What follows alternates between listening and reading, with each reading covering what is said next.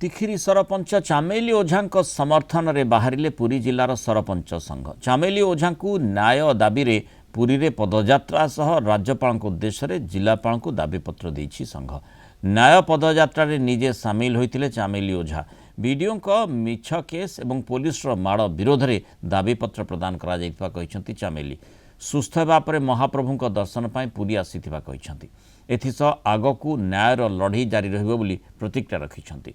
7 दिन भितर न्याय न मिले आसंता 24 रु केन्द्रापड़ा एसपी कार्यालय आगे धारणा देवे बोली डाक्तरखाना डिस्चार्ज पर चेतावनी देथिले चामेली।